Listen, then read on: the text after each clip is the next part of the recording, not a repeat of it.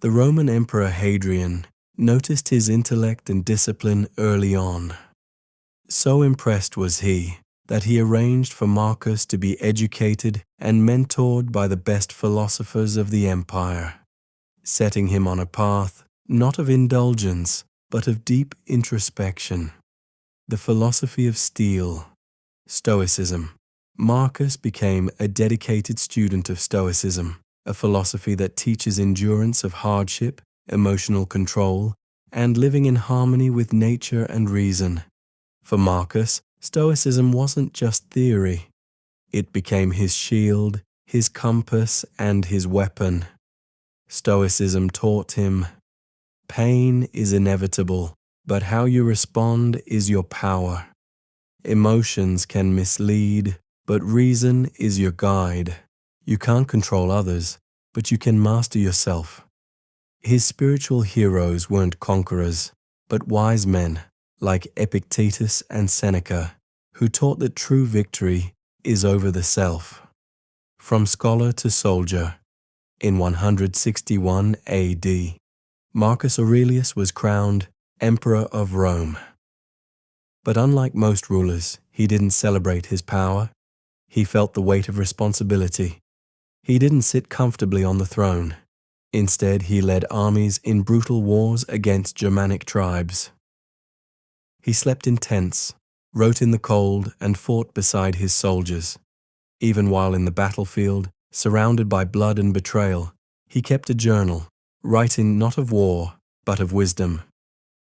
You have power over your mind, not outside events. Realize this and you will find strength. Marcus Aurelius, Meditations. Meditations. A guide for the soul. Marcus never meant to publish what he wrote. His journal, later titled Meditations, was his private sanctuary. Pages filled with raw thoughts, self-reminders, and emotional guidance. But these words became his true legacy. In Meditations, he reflects on mortality, ego, anger, loss, and the shortness of life. It is not the voice of a proud emperor, but of a humble man trying to stay centered in a chaotic world.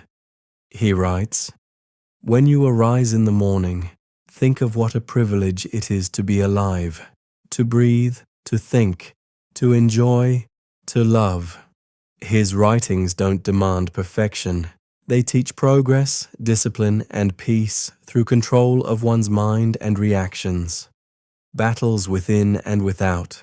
Marcus faced relentless external challenges, wars, plagues, famine, and political instability.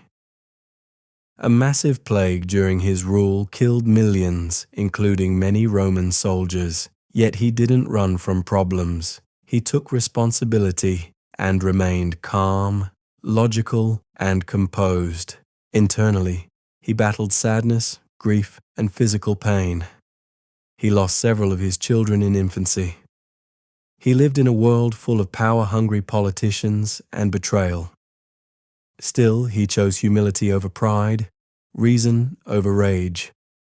The best revenge is not to be like your enemy. In a world obsessed with control, Marcus accepted what was beyond him and focused only on what he could change. His character. A modern-day hero in ancient armor. Even though Marcus lived almost 2,000 years ago, his mindset is more relevant today than ever. When you're overwhelmed with stress, Marcus whispers, "Be like a cliff against which the waves continually break, but it stands firm." When people treat you unfairly, he reminds, "Choose not to be harmed, and you won't be." When you're tempted by ego or fame, he warns, "Fame is meaningless. All is dust, soon forgotten." He didn't seek to be remembered, yet today millions still read his words. He didn't preach, he practiced. He didn't demand respect, he earned it by living his truth, even when no one was watching. Final years and legacy. Marcus Aurelius ruled for nearly 20 years. When he died in 180 AD, he left behind an empire stronger than he received it. But more importantly, he left behind a path for how to live, not as a ruler, but as a human being. He could have been remembered as just another Roman emperor. Instead, he is remembered as a philosopher king, a Stoic saint, and a symbol of what it means to lead with wisdom and heart. Today, CEOs, athletes, soldiers, writers, and students turn to meditations for strength, clarity, and perspective. Lessons from Marcus Aurelius. A modern summary. Here are the key lessons we can learn from his life. Control what you can, accept what you can't. Don't waste energy on the uncontrollable. Focus on your actions, attitude, and choices. Discipline is freedom. The more you master your thoughts and emotions, the freer you become. Live according to nature and reason. Don't fight the natural flow of life. Adapt. Think logically. Let go of emotional extremes. Time is, precious life is short. Don't waste it on gossip, fear, or hatred. Serve others' power means nothing unless it helps people. Use your influence wisely. Final thought. Marcus Aurelius wasn't a man without pain, fear, or failure.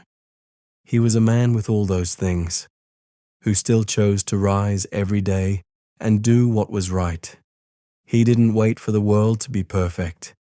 He perfected himself for the world. So, when life gets heavy, when emotions take over, when people disappoint you, remember, you don't need to be a king to think like Marcus. You just need to pause, reflect, and ask, what would a wise person do right now? And then, become that person.